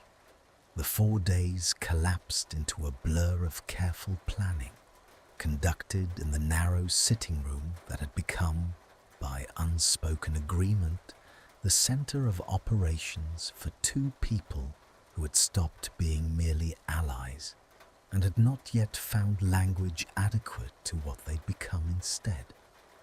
They mapped the Highgate address from public records, a townhouse, modest by the standards of old wizarding wealth but defensible, set back from the street with a walled garden that offered few approaches and fewer exits. They cross-referenced the date Crouch had given them against the lunar calendar, against ministry duty rosters, against anything that might explain why Helena Parkinson had chosen this particular night to finish whatever the letters had begun. "It's the anniversary," Hermione said on the 3rd evening, staring at a calendar she'd cross-referenced against Wizengamot trial records until her eyes ached. 4 days from Crouch's Warning Lands, precisely on the anniversary of her husband's sentencing. Draco went very still. The particular stillness she'd learned meant a thought landing somewhere it hurt. "She's not planning an attack," he said slowly. "She's planning a reckoning, something symbolic. Something that requires us both present on that date in a place she controls. Which means whatever invitation she sends, and I think we should assume one is coming, won't look like a threat at all."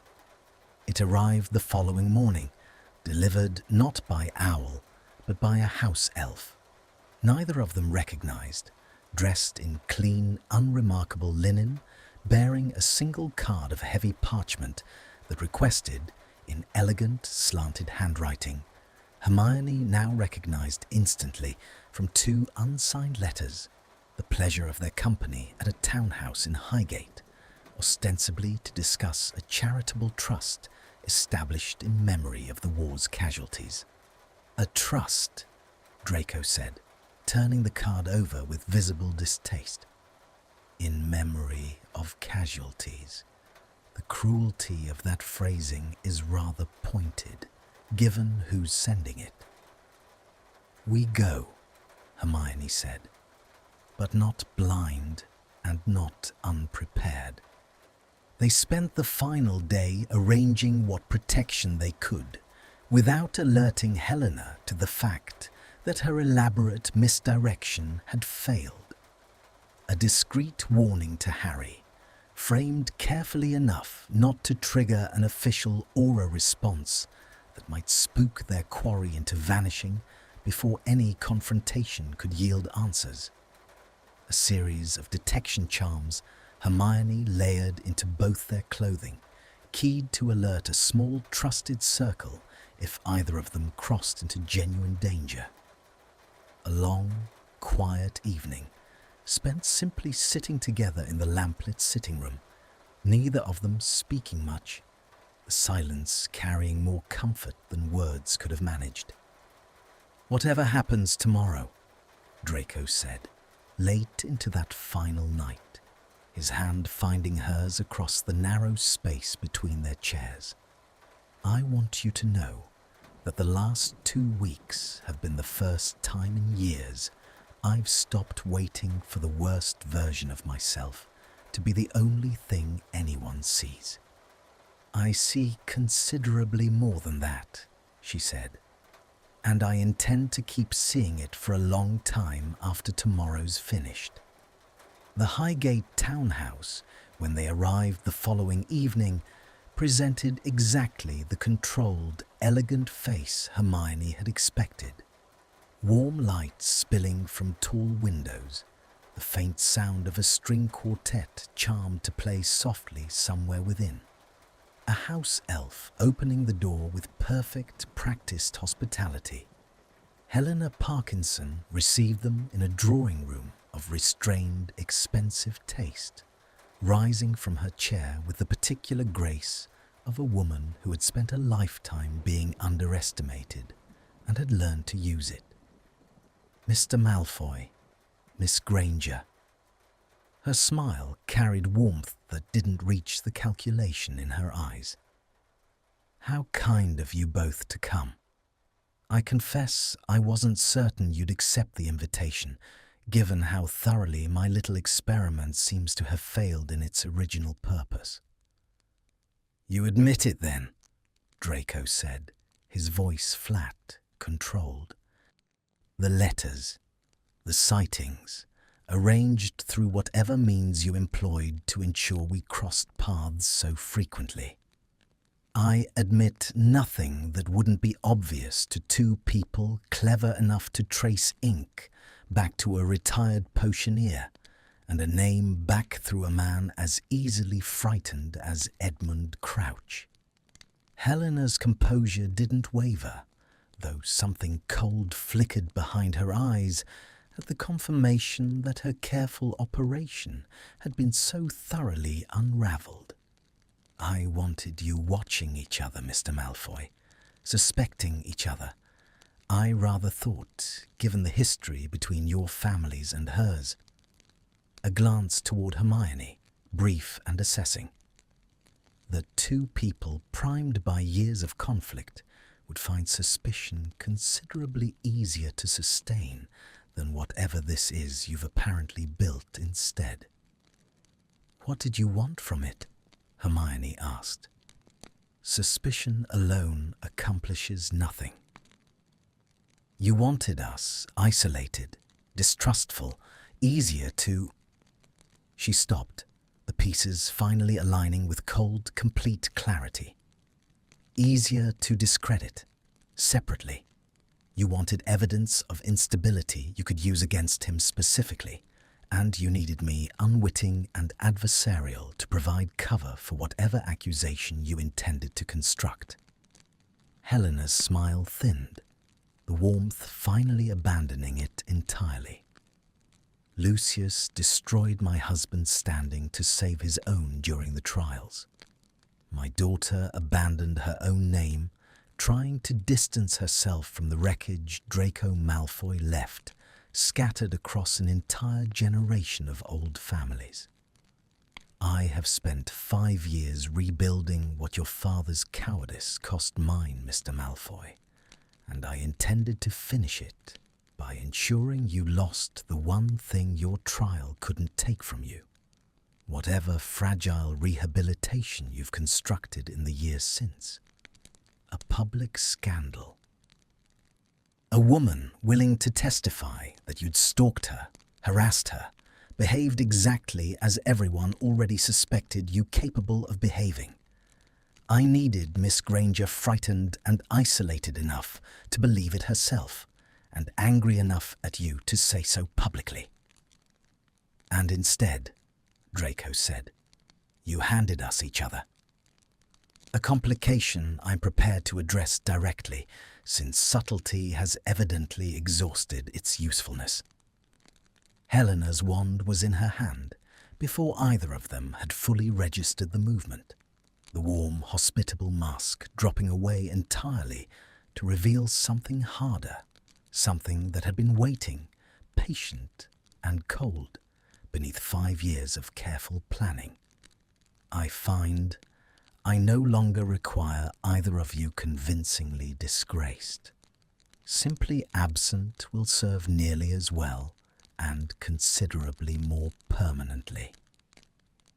The first curse came fast, a vicious arc of crimson light that Draco deflected with a shield charm thrown so quickly, Hermione barely registered the movement before the second curse followed, forcing her sideways, her own wand rising on pure reflex, honed across a wall she'd hoped never to need those reflexes for again.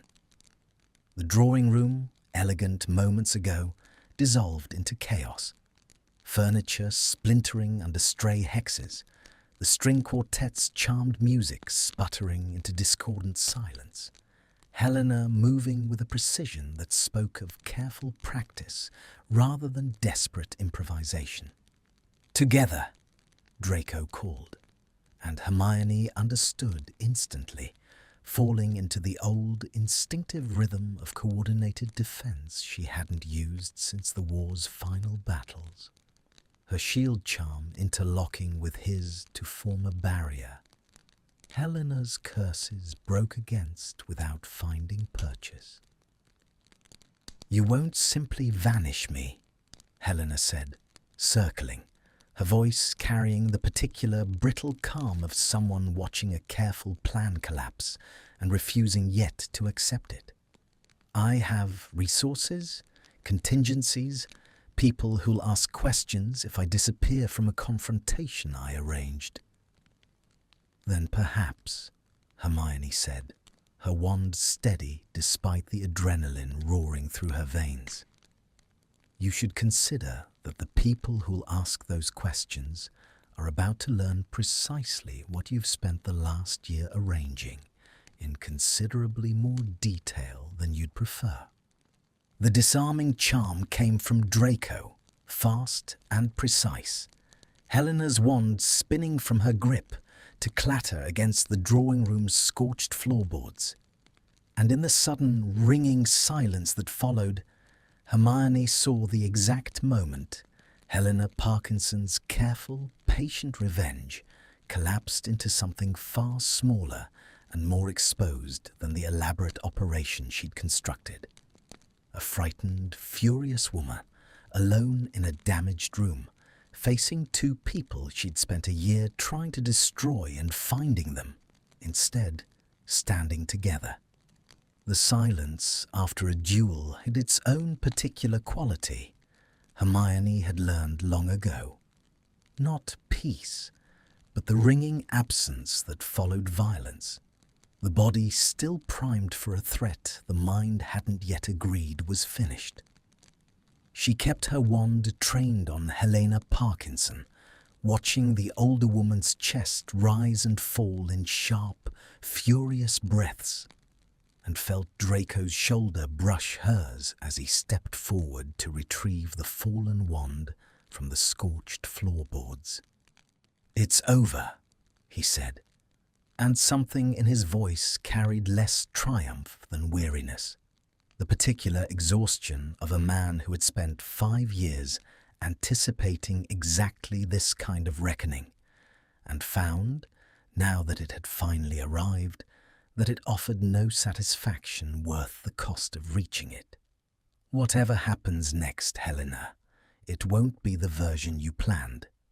You think the Ministry will believe two people who've spent a fortnight behaving like lovesick fools instead of pursuing this properly?" Helena's composure had cracked into something bitter, something that reached with desperate precision for the one vulnerability she still believed she could exploit. "I'll simply explain that you provoked this, that you came to my home uninvited and attacked." "I think," Hermione said, her voice steady despite the adrenaline still coursing through her, "that I recorded this entire conversation the moment we walked through your door, using a charm considerably more sophisticated than anything available when your husband stood trial. I think Edmund Crouch will testify rather than face prosecution himself, given the choice. And I think, Helena, that whatever grief you're carrying over your husband and your daughter however real and however unjustly inherited from choices that were never yours to answer for, doesn't entitle you to nearly destroy two people who had no part in causing it. Something in Helena's face crumpled then, the careful architecture of vengeance finally giving way to the grief that had always lived beneath it. And for a moment, she looked simply old, simply tired, a woman who had spent 5 years building a weapon out of her own loss and had just watched it shatter in her hands. "He didn't deserve Azkaban," she said quietly. "Whatever he did during the war, he did believing there was no other choice left to him. And Pansy." Her voice broke, recovered, hardened again into something defensive. "Pansy chose to abandon everything we built rather than stand beside her own family when it mattered." "That's not my doing," Draco said, "and it was never Granger's. I'm sorry for what you lost, Helena. I am. But you don't get to manufacture new casualties to balance a ledger that was never going to come out even." The Aurors arrived within the hour, summoned by the warning Hermione had arranged the previous day, and the elegant drawing room that had hosted Helena Parkinson's careful, hospitable trap dissolved into the brisk, procedural business of arrest and evidence gathering. Hermione gave her statement with the same precision she brought to every piece of careful documentation, and watched, with a complicated tangle of relief and something almost like sorrow, as Helena was led away. Not in chains, not yet, but with the particular hollow defeat of someone whose entire careful architecture of revenge had finally, irrevocably collapsed. They walked away from the Highgate townhouse together, the autumn night settling around them with a quiet that felt, after the chaos of the drawing room, almost unbearably gentle. Neither of them spoke for several streets, the adrenaline slowly draining from their bodies and leaving behind something raw, something neither of them had quite found language for yet. "It's finished," Draco said finally, the words testing themselves in the cold air as though he didn't quite trust them. 5 years of waiting for the next accusation, the next reckoning someone decided I owed them, and it's simply finished. Not entirely. Hermione's hand found his without quite deciding to reach for it, the gesture arriving before the thought that justified it. There will be a trial, statements, testimony, the slow grind of the ministry doing what the ministry does.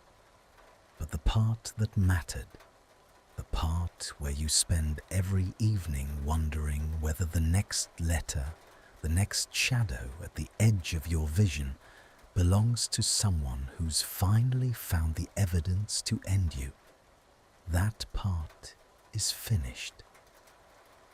He stopped walking, turning to face her fully beneath a street lamp that cast them both in soft, unsteady gold, and something in his expression had shifted into a kind of openness she hadn't yet seen from him, even in the unguarded hours of their last several evenings together.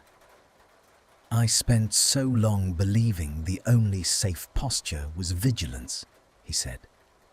"Trust no one fully, anticipate the worst from everyone, because the worst had a habit of arriving regardless of what I hoped for instead. And then you crawled beneath my bed in the worst possible breach of every boundary I'd built, and somehow, against every instinct I've cultivated since the trial, I found myself wanting you there anyway. That's possibly the strangest declaration of affection I've ever received," she said, laughing despite herself, despite the lingering tremor of adrenaline still moving through her. "But I'll take it, given the source. I'm not finished." His hand rose to cup her jaw, the gesture achingly familiar now. 2 weeks' worth of small accumulated tenderness compressed into the simple weight of his palm against her skin. I want to say this properly. Once, without a duel just concluded, or a confession overheard through floorboards complicating it. I love you, Hermione. Not despite the 9 years of history that should have made this impossible, but partly because of them. Because you're the one person who's watched me at my very worst and chosen, repeatedly, to look past it, toward whatever's actually true beneath it. The words landed in her chest with a warmth that outshone every careful, guarded thing she'd told herself across 2 weeks of suspicion and slow, reluctant surrender. And she felt the last small resistance she'd been holding in reserve, some final instinctive caution against trusting too completely, too quickly, simply dissolve, the way ice gave way beneath sustained warmth rather than sudden force. I love you too, she said, and felt the saying of it settle something in her chest that had been unsettled, she realized now, for considerably longer than the last 2 weeks alone. I think I have for longer than I let myself admit. Long before the letters, long before any of this. I think some part of me has been watching you for years, Draco, waiting to see whether the man you were becoming was real. And I think I just needed an excuse elaborate enough to let myself finally look properly. He kissed her then, slow and certain, the street lamp's gold light catching in the fine mist that had begun to fall, softer than the relentless rain of that first night in the alley. Gentler, the kind of rain that seemed to bless rather than threaten. When they finally drew apart, both of them breathless, both of them smiling in a way that felt entirely unguarded, entirely new, he rested his forehead against hers and simply breathed for a long moment, as though committing the particular shape of this piece to memory. The trial that followed, weeks later, concluded with Helena Parkinson sentenced to a term considerably shorter than her husband's had been. The Wizengamot showing a measure of mercy Hermione suspected owed something to her own careful, restrained testimony, an account that acknowledged Helena's genuine grief without excusing the danger she'd constructed from it. Pansy attended, sitting apart from her mother, her expression carrying a complicated grief Hermione recognized, but didn't presume to fully understand. Draco spoke briefly, his testimony measured and without malice, and afterward, standing outside the courtroom in winter light considerably gentler than the rain that had defined their autumn, he reached for Hermione's hand with the easy, unhesitating familiarity of a man who had finally stopped expecting the worst from every room he entered. "Thursday," he said, as they walked away from the ministry together, the city's ordinary rhythm continuing around them, indifferent now to whatever danger had once stalked its rain-slicked streets. "Come with me, properly this time, through the front door with an invitation, like a person who isn't investigating me for crimes I haven't committed." "I rather liked the bed," she said, in retrospect, terrifying as it was at the time. "I did not," he said, though his mouth curved with the particular warmth she'd come to recognize as entirely hers now, freely given rather than carefully guarded. Though I'll admit it produced an outcome I wouldn't trade for a considerably more conventional courtship. They walked on together through the gentling winter light.